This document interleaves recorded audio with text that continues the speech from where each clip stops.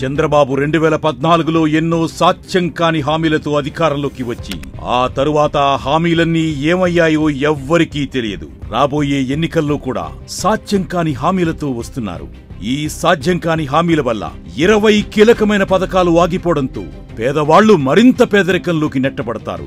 మన రాష్ట్రంలోని మధ్యతరగతి కుటుంబాలపై పన్నుల భారం పెరుగుతుంది. పన్నుల భారం పెరగడంతో ఆహారం, విద్యుత్, రవాణా వంటివి భరించలేనివిగా మారతాయి. ఇక రాష్ట్రంలోని మౌలిక వసతుల అభివృద్ధి ఆగిపోతుంది.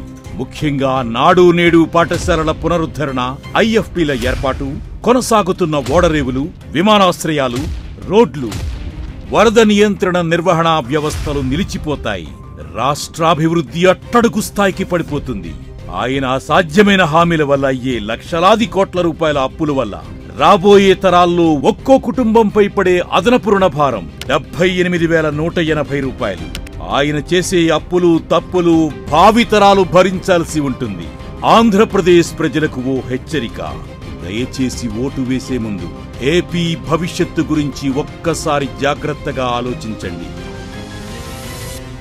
ఈ ఎన్నికల్లో మీరు జగన్కు ఓటు వేస్తే పథకాలన్నీ కొనసాగింపు, అదే పొరపాటున చంద్రబాబుకు ఓటు వేస్తే పథకాలన్నీ ముగింపు.